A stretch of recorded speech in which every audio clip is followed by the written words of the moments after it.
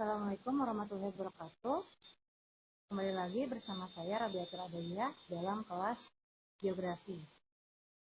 Nah, dalam pertemuan kali ini kita akan membahas tentang unsur cuaca dan iklim. Semoga kalian dapat memahaminya dan dapat paham secara keseluruhan tentang materi unsur cuaca dan iklim saat ini.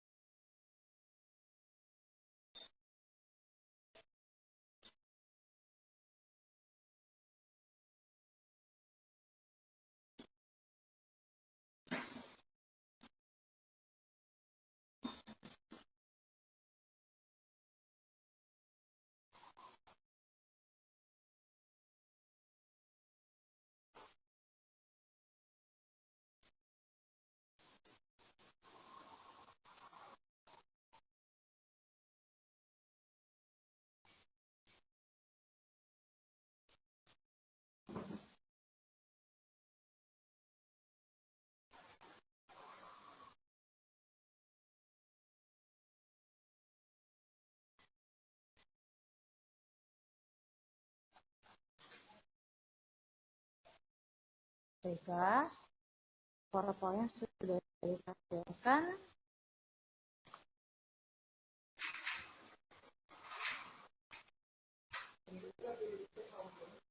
Unsur cuaca dan iklim. Unsur cuaca dan iklim terdiri dari penyiraman matahari, angin, suhu udara, awan, curah hujan, kelembapan udara, dan tekanan udara. Nah, unsur-unsur ini akan membentuk sebuah cuaca dan iklim. Dengan kondisi yang berbeda, maka cuaca dan iklim juga akan terbentuk berbeda. Nah, untuk lebih jelasnya, kita lanjut ke slide berikutnya. Unsur cuaca dan iklim yang pertama adalah penyinaran matahari, di mana proses matahari dalam menyinari bumi disebut insolasi. Dalam proses penyinaran matahari sangat mempengaruhi kondisi cuaca dan iklim yang akan terjadi. Nah, penyinaran matahari akan berpengaruh terhadap temperatur yang akan dialami oleh permukaan bumi. Nah, banyak sedikitnya sinar matahari terima oleh permukaan bumi ditentukan oleh 1. Keadaan awan, 2. Keadaan permukaan bumi, 3. Sudut matahari, dan 4. Lamanya penyinaran. Di mana pada waktu tertentu di mana keadaan awan cenderung lebih banyak, maka menyebabkan temperatur permukaan bumi akan sedikit menurun. Di mana keadaan awan yang tipis bisa jadi akan menyebabkan temperatur permukaan bumi akan jauh lebih tinggi. Yang kedua, keadaan permukaan bumi. Keadaan permukaan bumi daratan dan lautan memiliki perbedaan sifat sehingga menyebabkan temperatur yang akan terbentuk pun akan berbeda. Di mana pada saat siang hari, lautan akan banyak menyerap sinar matahari dan panas matahari, sehingga temperatur di daerah pantai akan cenderung jauh lebih temperatur di lautan akan cenderung lebih rendah dibandingkan di daratan. Lalu sudut sinar matahari. Sudut sinar matahari pada saat pagi, siang, dan sore hari itu berbeda, sehingga menyebabkan fokus penyerapan panas matahari menjadi berbeda, di mana pagi dan sore hari jauh lebih rendah temperaturnya dibanding pada saat siang hari. Karena pada saat siang hari sudut matahari membentuk 90 derajat dengan fokus utama di permukaan bumi, sehingga jauh lebih panas. Faktor selanjutnya adalah lamanya penyinaran. Lamanya penyinaran matahari menyebabkan temperatur permukaan bumi menjadi berbeda. Di mana jika peristiwa penyinaran matahari terjadi pada saat jam 6 pagi sampai jam 6 sore atau kurang lebih 12 jam. Akan berbeda pada wilayah lintang utara maupun lintang selatan. Nah, faktor yang kedua yang membentuk cuaca dan iklim adalah faktor angin. Angin adalah udara yang bergerak. Angin merupakan udara yang bergerak yang disebabkan oleh perbedaan suhu dan tekanan udara. Maka, angin bisa terbentuk jika adanya perbedaan suhu dan adanya perbedaan tekanan udara. Tekanan udara akan naik jika suhu rendah, dan tekanan udara akan turun apabila suhu naik. Angin bergerak dari daerah bertekanan tinggi ke daerah yang bertekanan rendah. Nah, kita bisa lihat di sini ada benda anemometer. Ini merupakan benda yang dapat mengukur kecepatan angin. Nah, biasanya ini anemometer ini disebut sebagai anemometer mangkok. Ada juga dalam bentuk digital. Dan anemometer ini mungkin kita akan banyak temukan di daerah bandar udara maupun pelabuhan. Nah, untuk pergerakan angin perlu ditekankan bahwa angin bergerak dari daerah yang bertekanan tinggi ke daerah yang bertekanan rendah. Maka wilayah yang bertekanan tinggi cenderung memiliki temperatur yang lebih rendah dan wilayah yang bertekanan rendah cenderung bertemperatur tinggi.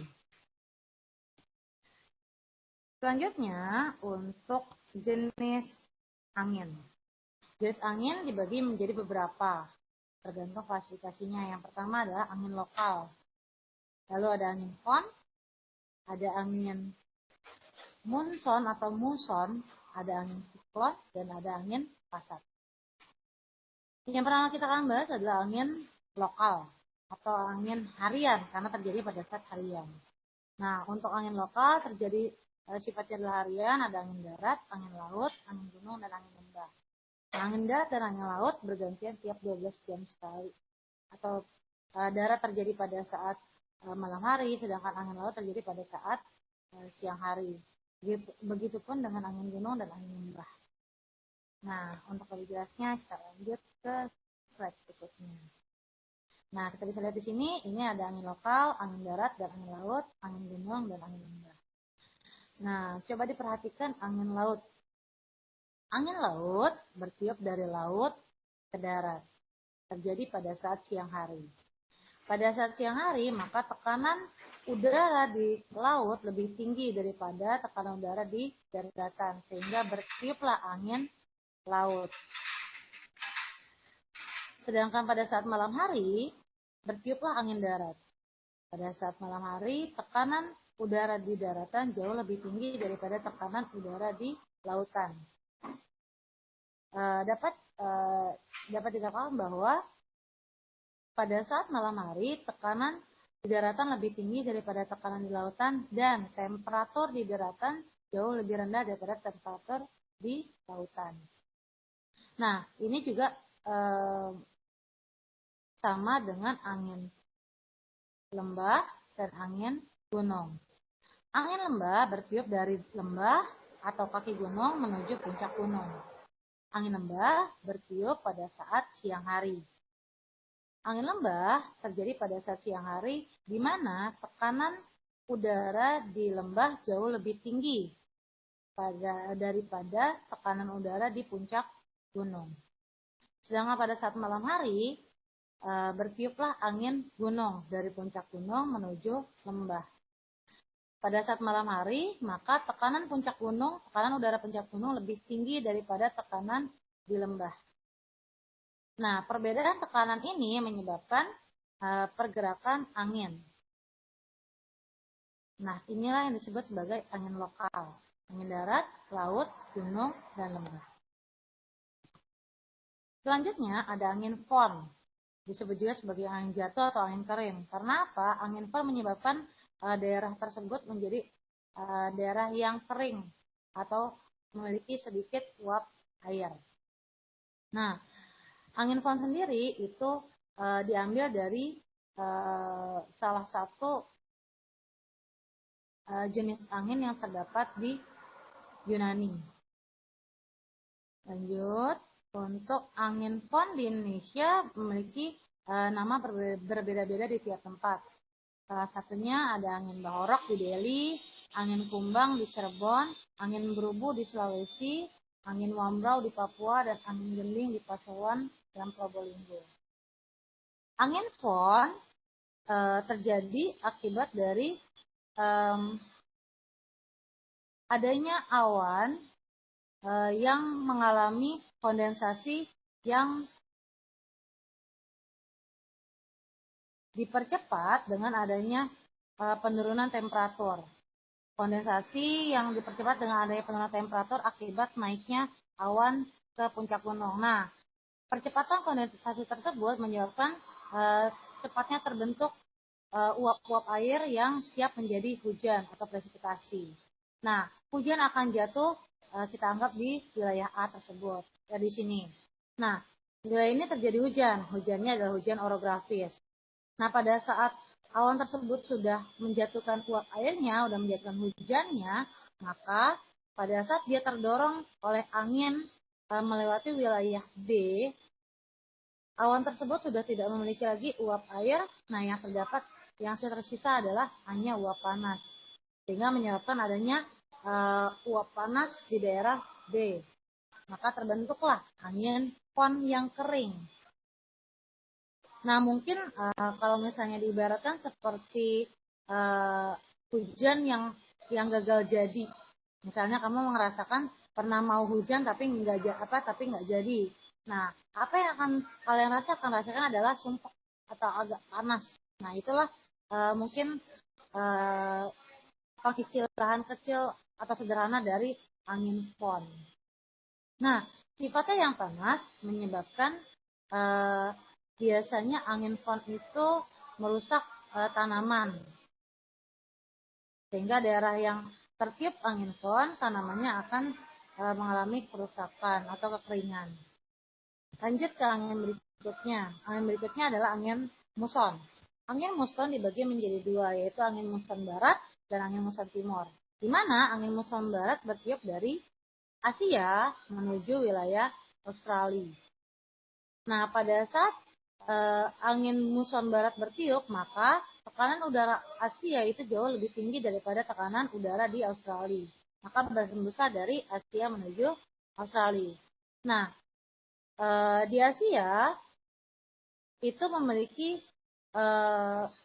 banyak uap air atau mengandung banyak uap air, sehingga angin tersebut membawa efek hujan di Indonesia. Khususnya hujan yang dengan intensitas tinggi itu terdapat di Indonesia bagian barat, Sumatera, dan Kalimantan. Nah, curah hujan tersebut akan berkurang pada saat sudah melewati atau sudah sampai ke Indonesia bagian timur, sehingga Indonesia bagian timur mendapatkan sedikit curah hujan. Nah, angin muson barat sendiri terjadi pada saat bulan Oktober sampai Maret. Sedangkan angin muson timur bertiup dari Australia menuju Asia, di mana terjadinya pada saat bulan April sampai bulan September. Nah, pada saat bulan tersebut, maka angin membawa uap panas yang menyebabkan musim kemarau di Indonesia. Maka angin muson barat dan muson timur menyebabkan terjadinya pergantian musim di Indonesia. Lalu ada lagi angin siklon. Nah, angin siklon pergerakan menuju tekanan udara yang minimum. Di bagian bumi utara, angin bergerak berlawanan arah dengan jarum jam. Sebaliknya, di bagian bumi selatan justru bergerak searah dengan jarum jam.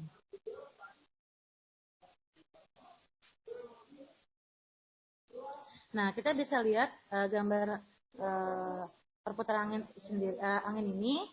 Kita lihat ini adalah tabel belahan bumi utara, di mana tengah-tengah kita ibaratkan sebagai kutub utara, dan lingkaran ini disebut sebagai disebut khatulistiwa. Maka angin bertiup dari khatulistiwa menuju kutub utara. Sedangkan di sini angin siklon belahan bumi selatan, dia searah dengan jarum jam, di mana pergerakannya adalah dari khatulistiwa menuju kutub selatan dengan arah searah dengan jarum jam. Di sini ada angin antisiklon. Nah, angin antisiklon bergerak dari kutub utara searah dengan jarum jam menuju khatulistiwa. Sedangkan antisiklon kutub selatan dari kutub selatan menuju khatulistiwa dengan arahnya berlawanan arah dengan jarum jam. Nah, perbedaan tekanan tersebut menyebabkan terbentuknya perbedaan tekanan antara kutub utara dan kutub selatan.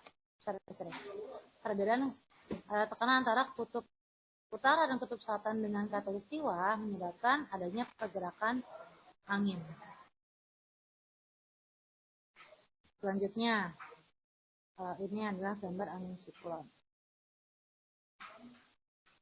Angin pasat. Nah, angin pasat terjadi akibat perbedaan tekanan udara antara khatulistiwa dengan lintang 35 derajat lintang utara dan lintang selatan. Nah, pergerakannya ini dari khatulistiwa menuju lintang 35 derajat, lalu dia akan berputar kembali ke khatulistiwa. Nah, itu adalah unsur cuaca yang kedua. Yang ini adalah unsur cuaca yang ketiga. Unsur cuaca yang ketiga adalah temperatur udara. Temperatur udara adalah derajat panas dari aktivitas molekul dalam atmosfer. Alat untuk mengukur suhu atau temperatur udara adalah termometer dengan satuannya Celcius, Reaumur, Fahrenheit, dan Kelvin. Untuk temperatur, saya rasa kalian sering melihat termometer ya. Nah, untuk temperatur udara itu sangat dipengaruhi oleh penyerahan matahari. Nah, besar kecilnya penyerahan matahari itu akan sangat berpengaruh terhadap temperatur permukaan bumi yang berlaku. Nah, di sini kita bisa lihat kota Oymyakon di Rusia merupakan daerah dengan temperatur paling rendah, yaitu minus 71,2 derajat Celcius. Sedangkan sebaliknya, daerah Death Valley itu di California memiliki temperatur tertinggi, yaitu 57,1 derajat Celcius. Nah, untuk temperatur udara itu sangat dipengaruhi oleh ketinggian tempat atau elevasi. Temperatur udara. Fakta tentang suhu udara Indonesia. Rata-rata Indonesia memiliki temperatur yang tinggi dengan amplitudo suhu harian yang rendah. Mengapa Indonesia memiliki temperatur yang tinggi? Hal tersebut karena Indonesia terdapat di daerah khatulistiwa. Nah, tapi memiliki amplitudo suhu harian yang rendah. Maksudnya apa? Begini. Amplitudo suhu harian, di mana selisih antara suhu tertinggi dan suhu terendah dalam satu hari atau dalam rata-rata tahunan.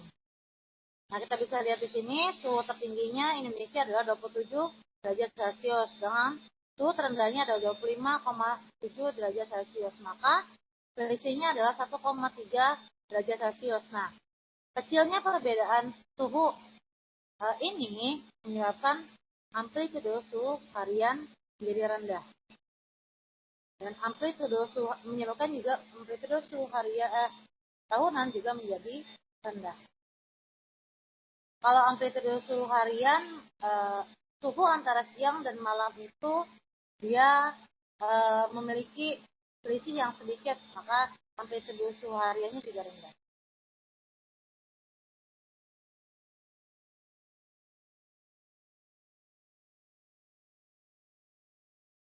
Nah, observasi tadi adalah penyinaran matahari. Maka penyinaran matahari menyebabkan temperatur maksimum, yaitu terjadi pada saat pukul 13 sampai 14. Dan suhu minimum terjadi pada saat pukul 4.30 pagi. Nah, temperatur itu dipengaruhi oleh ketinggian. Maka kita kenal dengan ada yang disebut sebagai gradien terma atau gradien termometrik. Secara umum, perubahan suhu terjadi berkisar antara 0,6 derajat Celcius setiap kenaikan 100 meter dari permukaan laut. Nah, untuk gradien termal, kita punya rumus adalah Tx sama dengan T0 plus atau minus delta H dibagi 100 dikali 0,6 jika terdapat di daerah khatulistiwa. Dan memakai 0,5 jika terdapat di lintang sedang atau di daerah kutub. Nah, untuk plus dan minusnya itu tergantung. Jika naik, maka kita menggunakan min. Karena semakin naik dari permukaan bumi, maka suhu akan turun. Nah, akan menggunakan plus jika turun. Oke, kita langsung latihan soal. Nah, di sini kita punya latihan soal tentang gradien termometrik atau gradien termal. Zaina melakukan pendakian ke puncak Gunung Rinjani dengan mulai perjalanan pada titik 250 meter dari permukaan laut. Di sini Zaina 250 meter dari permukaan laut dengan suhu 27 derajat Celcius. Dalam perjalanannya, Zainal berencana akan beristirahat di camping ground dengan ketinggian 2050 meter dari permukaan laut. Tentukanlah temperatur dari camping ground tersebut. Maka kita akan masukkan rumusnya. Tx merupakan temperatur dari camping ground. T0 adalah temperatur yang diketahui, yaitu temperatur Zainal pada saat awal dari perjalanan. Lalu delta H berarti selisih ketinggian antara posisi awal Zainal dengan lokasi yang akan dituju, ketinggian yang akan dituju di camping ground, yaitu 2050. Nah, dipakai 0,6 karena kita ada di Gunung Rinjani, karena Zainal akan mendaki Gunung Rinjani yang terdapat di Indonesia, yang notabene adalah di daerah tropis. Maka memakai 0,6. Selisihnya adalah 1800, maka 1800 dibagi 100 adalah 18 dikali 0,6. 18 kali 0,6 adalah 10,8. Maka 27 dikurang ya, karena kita naik ke atas, semakin naik maka temperatur akan semakin turun. Maka kita menggunakan minus atau pengurangan. 27 derajat Celcius dikurang 10,8 derajat Celcius, maka menghasilkan temperatur 16,2 derajat Celcius. Nah, berarti daerah camping ground tersebut dengan ketinggian 2050 meter dari permukaan laut memiliki suhu 16,2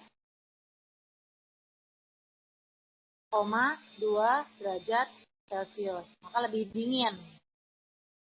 Nah, ini menandakan bahwa semakin tinggi dari permukaan bumi, maka suhu akan turun. Maka temperatur dipengaruhi oleh ketinggian. Lanjut. Unsur cuaca berikutnya yaitu awan. Nah, awan adalah kumpulan partikel air yang melayang di udara. Berdasarkan bentuknya, awan dibedakan menjadi awan cirrus, awan cumulus, stratus. Oh, ada satu lagi yang belum. Awan alto. Awan dibagi menjadi 4 berdasarkan ketinggiannya, di mana ada awan cirrus disebut sebagai awan tinggi, awan alto disebut awan sedang, awan stratus disebut awan rendah, dan awan cumulus disebut sebagai awan tinggi. Ini mohon maaf ada tipe sedikit, ini harusnya awan alto. Oke, yang pertama kita akan bahas adalah awan rendah atau awan cirrus. Awan rendah, mohon maaf. Dan ketinggiannya awannya menjadi awan rendah. Oke, awan rendah berarti adalah awan stratus. Ketinggiannya adalah 0,8 sampai 2 km. Awan stratus yang pertama adalah awan stratus cumulus. Bentuknya menggumpal, tipis, dan tidak menimbulkan hujan. Nah, yang kedua adalah awan stratus. Awan tipis, meluas seperti kabut, tidak menimbulkan hujan. Sedangkan nimbus stratus, bentuk tidak menentu. Tidak beraturan, berwarna putih kegelapan, dapat menimbulkan hujan. Nah, awan ini disebut juga sebagai kerajaan awan, karena dia meluas di wilayah yang rendah. Lalu yang awan kedua adalah awan sedang atau awan alto. Nah, di awan alto ada awan alto cumulus dan alto stratus. Di mana awan ini bercirikan adalah menggumpal. Awan alto cumulus menggumpal tipis dan dapat menimbulkan hujan ringan. Sedangkan awan alto stratus berlapis tebal berwarna kelabu bila terkena cahaya matahari tidak menimbulkan bayangan di permukaan bumi. Awan alto, dia menggumpal di daerah yang lebih tinggi yaitu 2 kilo sampai 6 km. Sedangkan yang ketiga adalah awan tinggi, disebut sebagai awan cirrus. Nah, awan cirrus terbentuknya di daerah yang lebih tinggi lagi yaitu 6 sampai 12 km dari permukaan bumi. Nah, awan cirrus sendiri berbentuk halus, menyerupai serat bulu, kadang berbentuk kristal es namun tidak menimbulkan hujan. Ada cirrostratus, ada cirrocumulus. Nah, di mana awan cirrostratus berwarna putih halus, menutup seluruh wilayah, terkadang membentuk seperti anyaman tidak beraturan dan dapat menimbulkan halo atau lingkaran cahaya di sekitar matahari. Cirrocumulus tersusun dari gumpalan-gumpalan kecil yang menyerupai fisik ikan. Ini cirrocumulus, ini awan cirrus. Dan awan yang terakhir adalah awan vertikal. Nah, disebut juga sebagai awan naik. Ketinggiannya 500 sampai 1500 meter. Nah, awan ini disebut sebagai awan cumulus atau cumulo. Ada cumulus, ada cumulus nimbus. Awan cumulus, awan tebal yang berbentuk bunga kol, terbentuk pada siang hari akibat dari naiknya udara dan menghilang menjelang malam. Sedangkan awan cumulonimbus, awan besar yang bentuk gumpalan gundukan yang vertikal menjulang tinggi dan dapat menyebabkan hujan deras, badai topan disertai oleh petir. Awan cumulus nimbus, awan cumulus. Nah, ini adalah awan. Besar sedikit atau tebal tipisnya awan itu akan mempengaruhi temperatur permukaan bumi dan juga akan mempengaruhi terbentuknya hujan di permukaan bumi. Nah, ini klasifikasi awan.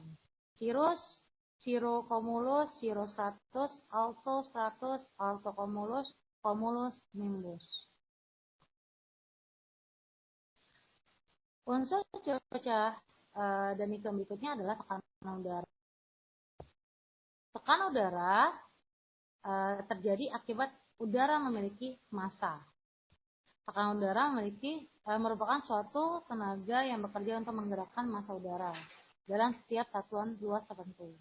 Tenaga yang menggerakkan massa udara tersebut menekan searah dengan gaya gravitasi. Satuan tekanan udara yaitu milibar atau hektopascal. Atau bisa juga ada yang menyebutkan adalah centimeter Hg. Nah, tekanan udara berbanding terbalik dengan temperatur. Jika temperaturnya tinggi, maka udara akan mengalami pemuaian. Nah, pada saat temperatur tinggi, udara mengalami pemuaian, maka tekanan udara menjadi rendah. Sedangkan pada saat temperatur rendah, udara akan memiliki tekanan udara yang tinggi. Nah, ini adalah barometer. Barometer merupakan alat untuk mengukur tekanan udara. Dengan satuannya adalah milibar.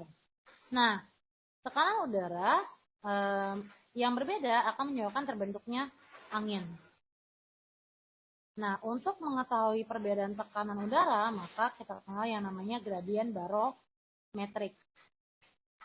Gradien barometrik merupakan istilah yang menunjukkan perbedaan tekanan udara di sekitar kita. Nilai tekanan udara normal yaitu 76 cm/Hg. Jika kita melihat tata udara, maka kita mendapati garis-garis isobar. Isobar adalah garis yang menunjukkan wilayah dengan memiliki tekanan udara yang sama. Angka menggambarkan perbedaan dua isobar pada peta dinamakan gradien barometrik. Nah, diingatkan kembali gradien barometrik merupakan selisih isobar dikali 111 dibagi jarak antar dua isobar dikali 1 milibar. Nah, 111 merupakan tetapan tiap 1 derajat bumi dengan luas wilayah adalah 111 km. Nah, ini adalah gambar dari peta isobar. Isobar berarti tadi adalah garis yang menghubungkan wilayah dengan tekanan udara yang sama. Nah, kita bisa lihat di sini banyak wilayah dengan isobar yang berbeda. Ada yang 1010, ada yang 1014, 1018, 1010, 1022 dan seterusnya. Nah, ini adalah salah satu contoh dari contoh soal dari gradien barometrik. Nah, di sini ada dua isobar. Yang isobar yang pertama adalah 1200 dan isobar yang kedua adalah 800 milibar. Maka perbedaan dua isobar tersebut itu sebanyak 400 milibar. Nah, di sini ada wilayah AB dan wilayah CD. Nah, wilayah ini memiliki jarak yang berbeda. Maka kita akan menghitung perbedaan dari gradien barometrik tersebut. Nah, kita hitung gradien barometrik A ke B dulu. Nah, gradien barometrik diingatkan tadi ya, buat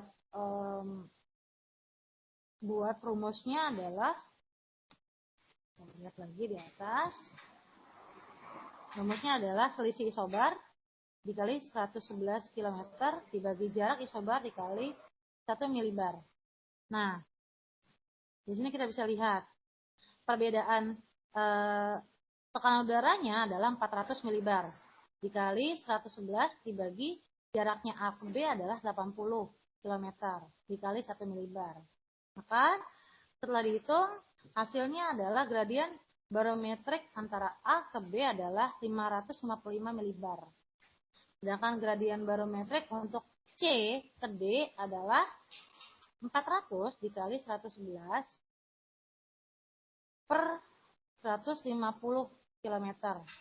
Nah, ini harusnya saya agak typo sedikit ya, harusnya 1 milibar. Maka dihasilkan adalah 296 milibar. Nah, kita bisa lihat, oh ternyata antara A ke B dengan C ke D memiliki gradien barometrik yang berbeda. Maka kesimpulannya adalah angin lebih kencang bertiup dari A ke B dibandingkan C ke D. Karena tekanan udaranya jauh lebih besar dari A ke B daripada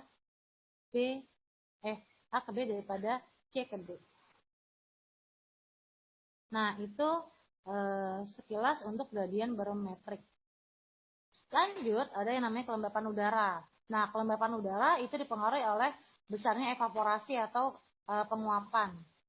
Kelembapan udara adalah kandungan uap air di udara. Uap air tersebut berasal dari evaporasi dan transpirasi. Alat untuk mengukur kelembapan udara adalah higrometer.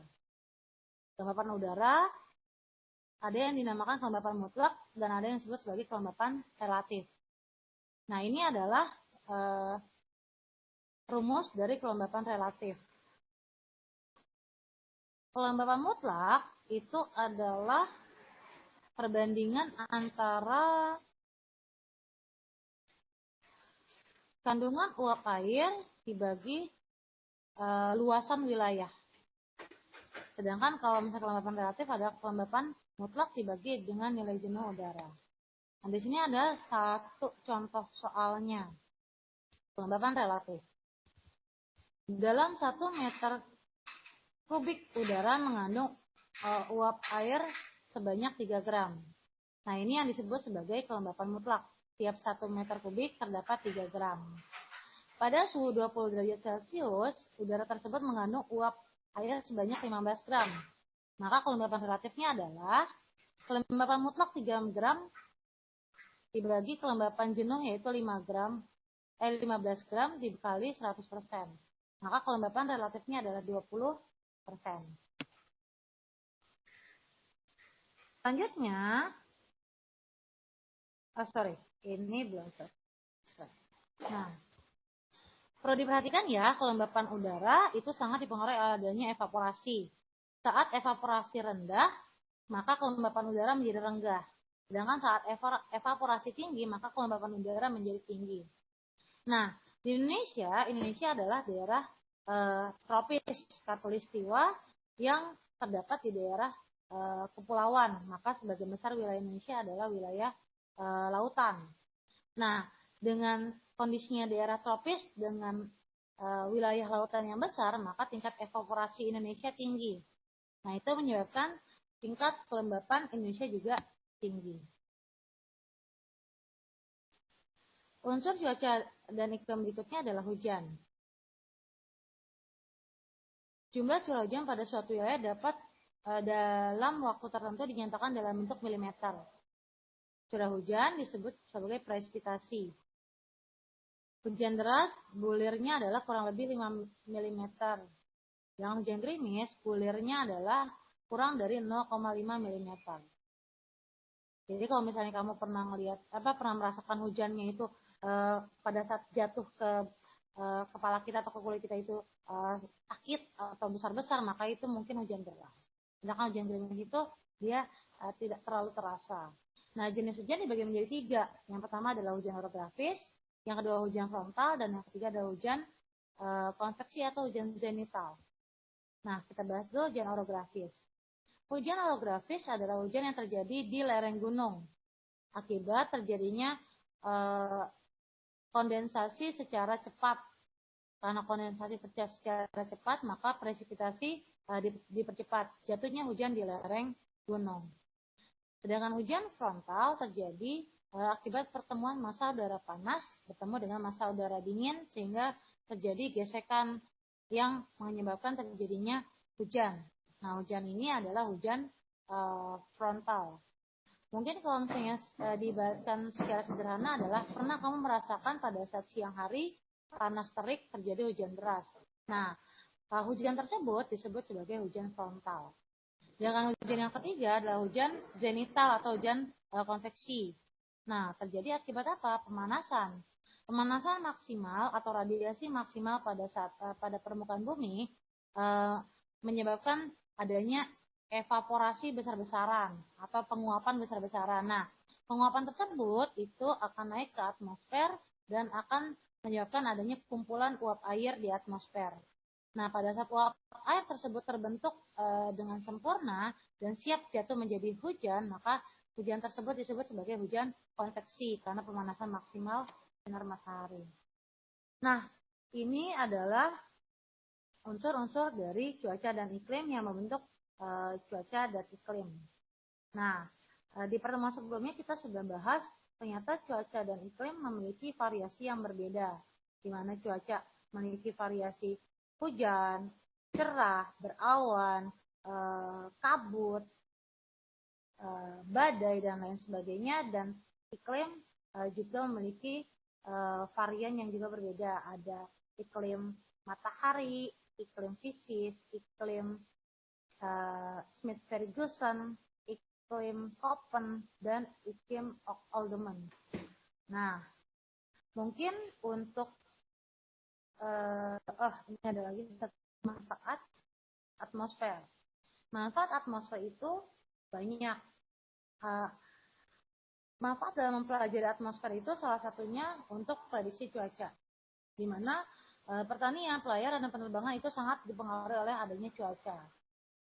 Pelayaran dengan kondisi cuaca yang buruk, maka pelayaran akan dihentikan. Begitupun dengan penerbangan. Dan pertanian pada cuaca yang terik terjadi secara terus-menerus atau bisa dibilang adalah musim kering berkepanjangan, maka menyebabkan adanya bisa terjadi gagal panen. Atau musim hujan berkepanjangan atau La Nina, itu akan mempengaruhi masa tanah atau kegagalan panen juga. Nah, untuk menghindari adanya untuk mensiasati adanya musim kemarau berkepanjangan, maka kita bisa membuat hujan buatan. Nah, hujan buatan tersebut itu untuk salah satunya untuk mengurangi dampak dari musim kering berkepanjangan. Nah, atau mengatasi gangguan sinyal. Gangguan sinyal itu terdapat di atmosfer. Nah, kita tahu lapisan atmosfer termosfer adalah lapisan atmosfer yang berguna untuk pemantauan gelombang radio.